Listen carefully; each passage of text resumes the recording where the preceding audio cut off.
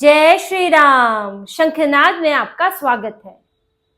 दूसरों के गठबंधन बनाने बिगाड़ने वाले शरद पवार, राजनीति के चाणक्य, राजनीति के गुरु कहलाने वाले शरद पवार आज महाराष्ट्र में अलग थलग पड़ गए हैं।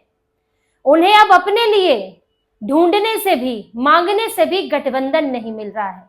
बीएमसी चुनाव सर पर है, नगर निकाय चुनाव उसके साथ जो 28 और नगर निगम चुनाव हो रहे हैं वो भी आ रहे हैं और यहाँ पर अब नामांकन शुरू हो चुका है। कुछ दिनों में खत्म होने की डेट आ जाएगी, लेकिन शरद पवार किसके साथ गठबंधन करेंगे ये अब उनकी पार्टी को ही नहीं पता है। और इसी तरह से चल रहा है कि कभी कांग्रेस नकार दे रही है, कभी ठाकरे नकार दे रहे हैं, तो कभी उनके अपने अजीत पवार भतीजे ही नकार दे रहे हैं। शरद पवार अब दर दर भटक रहे हैं। एक समय था, 1 साल पहले, 1.5 साल पहले यही शरद पवार थे और इनके संजय राउत थे जो सबसे बड़े मिडल मैन बने फिरते हैं, जिन्होंने एक हिंदुत्ववादी गठबंधन तोड़वाया, जिन्होंने भाजपा और शिवसेना के बीच में आग लगाई। और उद्धव ठाकरे जिनके दिमाग में बड़े भाई बनने का, सीएम बनने का सपना फिट कर दिया गया और वो गठबंधन तोड़कर निकल गए। इसके पीछे की कहानी शरद पवार ने ही लिखी थी और इसको पूरा किया था संजय राउत ने, जमीन पर उतारा था संजय राउत ने, उद्धव ठाकरे के कान भर के चाबी लगा के। लेकिन आज ये संजय राउत और ये उद्धव ठाकरे दोनों ही लाचार पड़े हुए हैं। उद्धव ठाकरे के लिए बीएमसी में गठबंधन नहीं हो रहा है, जिस कांग्रेस के साथ वो चुनाव लड़ते रहे अभी तक, लेकिन कांग्रेस ने भी बीएमसी में उनके साथ गठबंधन करने से इनकार कर दिया है। इसके बजाय कांग्रेस ने एक बहुत ही छोटी पार्टी के साथ गठबंधन किया है। धनगर समुदाय के नेता महादेव जानकर, जिनकी पार्टी है राष्ट्रीय समाज पक्ष, उनके साथ गठबंधन कर लिया है। बहुजन समुदाय से आते हैं और कांग्रेस अपनी इसी तरह की राजनीति आजकल कर रही है। और कांग्रेस को थोड़ी सी इनकी हिम्मत बढ़ी है, जो अभी निकाय चुनाव हुए हैं जिसमें कांग्रेस को गए गुजरी हालत में 35 सीटें आ गई है। अब कांग्रेस को लग रहा है कि इतना ही सही, कम से कम उद्धव ठाकरे और शरद पवार से तो ऊपर हैं। उद्धव ठाकरे तो 9 सीटों पर आ गए, शरद पवार इससे भी नीचे है, तो कम से कम विपक्ष में सबसे ज्यादा तो उसे मिली है। वही है, तिनके को डूबते को तिनके का सहारा, या अंधों में काना राजा वाली बात है। तो लग रहा है कि अगर इस बार बीएमसी में भी अगर सेकंड नंबर पर आ जाते हैं, महायुति तो अलग है, अजीत पवार भी अभी महायुति के साथ नहीं लड़ रहे हैं, तो अजीत पवार और अगर शरद पवार उनके साथ आ गए, उनका गुट, यहाँ से ठाकरे भाइयों का गुट, तो यहाँ पर अगर कांग्रेस दूसरे नंबर पर आ जाती है इन्हें मात देके, तो कम से कम कुछ तो उत्साह मिलेगा। महाराष्ट्र की विपक्षी पार्टी तो कहलाएगी। तो कांग्रेस अकेले उतरने को तैयार है और कांग्रेस मुस्लिम वोटों को भी नहीं बांटना चाहती। उसे पता है कि मुंबई में जो उद्धव ठाकरे को सीटें मिली है विधानसभा में, वो कांग्रेस के मुस्लिम वोट से भी मिली है और उद्धव ठाकरे इसीलिए परेशान है। शरद पवार के साथ भी सीटें नहीं बांटना चाहती, क्योंकि शरद पवार कुछ सीटों पर दावा कर रहे हैं, जिनमें कुर्ला, विक्रोली और धारावी की सीटें मांग रहे हैं। यहाँ पर पहले एनसीपी जीती थी, जब एकजुट एनसीपी थी, तो उन्हें अब भी ये सीटें चाहिए। यही सीटें वो उद्धव ठाकरे से मांग रहे हैं। उन्होंने उद्धव ठाकरे से भी संपर्क किया था, अब कांग्रेस ने तो मना कर दिया, उद्धव ठाकरे ने फिर भी सोचा। लेकिन ये सीटों के साथ तो समस्या है ही, साथ ही शरद पवार 35 सीटें मांग रहे थे, लेकिन उद्धव ठाकरे 15 से 20 सीटें देना चाहते हैं। वो 160 सीटें अपने पास रखना चाहते हैं और 75-80 सीटें राज ठाकरे को देना चाहते हैं। अब ये अपनी सीटों की भी डिमांड करेंगे, संख्या की भी डिमांड करेंगे, तो क्यों साथ रखेंगे? पहले ही ठाकरे बंधुओं में चल रहा है भाई, झगड़ा चल रहा है इन लोगों के बीच में कि इन्हें मराठी बहुल सीटें चाहिए। वहां पर इनको लगता है कि जीतने की संभावनाएं बहुत ज्यादा है, तो हमें मिल जाए। तो वो अब इन्हें शरद पवार के साथ कहाँ एडजस्ट करेंगे? इसीलिए इतना इंतजार कर करके इन लोगों ने आखिरी में अपने गठबंधन की घोषणा कर दी, जिसमें शरद पवार और कांग्रेस का जिक्र नहीं था। तो अब शरद पवार तो फंस चुके हैं और उनके पास गठबंधन के नाम पर सिर्फ अजीत पवार बचे हैं।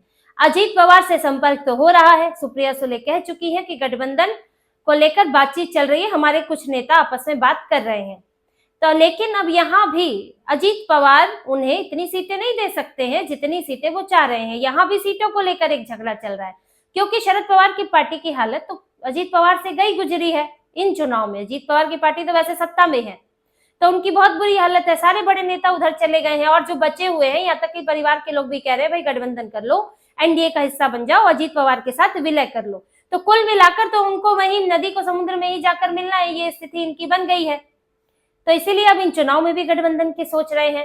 तो अगर ये अजीत पवार के साथ आते हैं, यहाँ गठबंधन करते हैं और कुछ एक अच्छे नतीजे आ जाते हैं गठबंधन के, तो शरद पवार के ऊपर आगे भी दबाव बनेगा कि आप अजीत पवार के साथ विलय कर लें और कल को शरद पवार एनडीए का हिस्सा ही बनने वाले हैं अगर ऐसा होता है, क्योंकि अजीत पवार तो छोड़ेंगे नहीं सत्ताधारी पार्टी। और विचारधारा की ये लोग बात करते हैं वो कुछ है नहीं। देखिए, अजीत पवार यहाँ महायुति के साथ है तो अपनी विचारधारा उन्होंने साइड रख दी है। भले सुप्रिया सुले कहे कि अजीत पवार कह रहे हैं नहीं वो अपनी विचारधारा से पीछे नहीं हटे हैं। क्या विचारधारा है इनकी? तुष्टीकरण की विचारधारा, यही विचारधारा है। बीजेपी से किस मामले में अलग है? तुष्टीकरण। बीजेपी हिंदुत्व की बात करती है, ये मुसलमानों की बात करते हैं।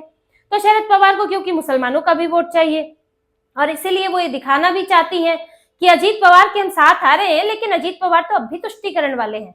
नहीं है, उनका ऐसा नहीं है कि वो अलग हो जाएंगे तो कल को तुष्टीकरण नहीं करेंगे। है तो वही पार्टी, लेकिन महायुति के साथ, बीजेपी के साथ हाथ बंधे हुए हैं। और जब आप उद्धव ठाकरे जैसी एक पार्टी को ले सकते हैं जो कि हिंदुत्व की पार्टी थी और उसके साथ चुनाव लड़ सकते हैं, तो अजीत पवार बीजेपी के साथ है तो क्या दिक्कत है? और शरद पवार साथ हो जाएंगे तब तो पूरी एनसीपी बन जाएगी। तो शरद पवार इस हाल में इनकी पार्टी चल रही है कि इनकी पार्टी अब खत्म होने को है, ये एनडीए में जाने के लिए तैयार बैठे हुए हैं। ये चुनाव हो सकता है इसकी शुरुआत ही बन जाए, क्योंकि इनके पास कोई रास्ता नहीं है। ये भले ही बीएमसी की बात करें, लेकिन कुछ भी अच्छे नतीजे ये मैसेज देंगे कि साथ आने पर यह भला हो सकता है, अकेले कुछ नहीं हो सकता। अकेले दम पर है तो शरद पवार चुनाव लड़ ले, देख ले क्या आता है। अभी क्या उनके हाथ में लगा है? 228 निकायों में से मात्र 7 निकायों पर जीत मिली है इन्हें, और जो अजीत पवार की पार्टी है उसको 35 पर मिली है। तो इसीलिए शरद पवार इस वक्त भयंकर दबाव में है। और संजय राउत जो बहुत बड़े मिडल मैन बनते हैं, दिन रात लॉबिंग और सेटिंग में लगे रहते हैं, उन्होंने भी बड़ी कोशिश की कि उद्धव ठाकरे का कांग्रेस से गठबंधन करा दें। राहुल गांधी के भी सामने गिड़गिड़ा लिए, फोन कर लिया विदेश में, लेकिन राहुल गांधी नहीं माने।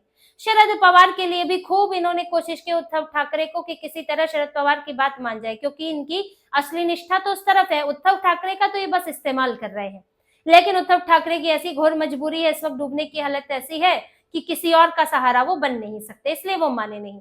इसीलिए संजय राउत का मुंह उतरा हुआ है, क्योंकि संजय राउत कांग्रेस और शरद पवार की पार्टी को उद्धव ठाकरे के साथ नहीं ला पाए, इनको जोड़ नहीं पाए वो। क्योंकि जब ये साथ रहते हैं तो संजय राउत की बहुत अहमियत रहती है।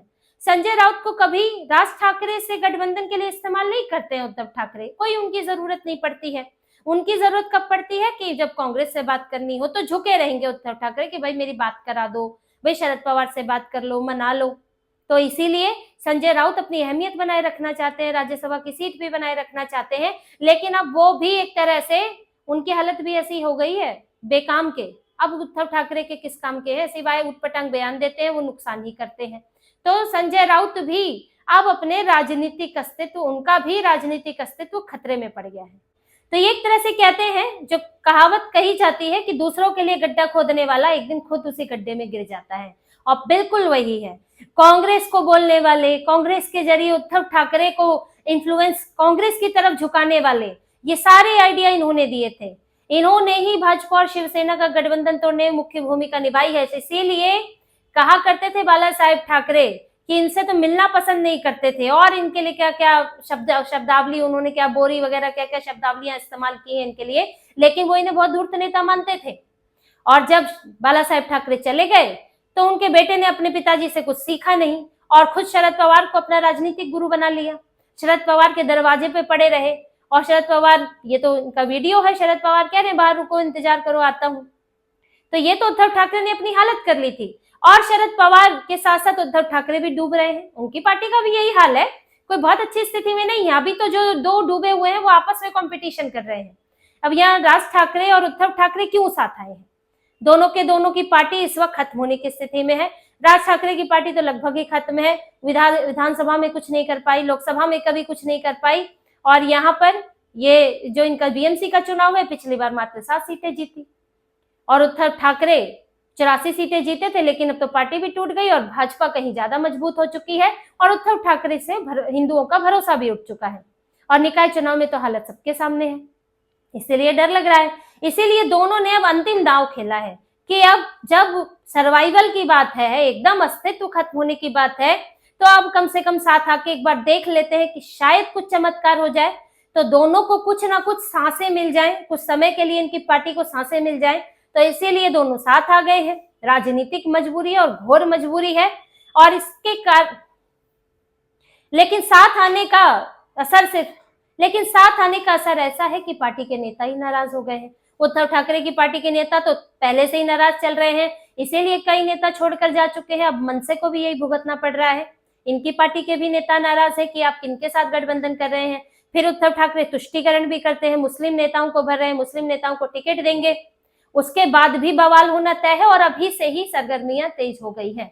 तो दोनों की पार्टियों का यही हाल है। ये सब जो है, जो महाराष्ट्र की राजनीति में हाशिए पर बैठे हुए हैं, अब अपने अस्तित्व बचाने की कोशिश में लगे हुए हैं और तरह तरह से गठबंधन कर रहे हैं, साम दाम दंड भेद कर रहे हैं।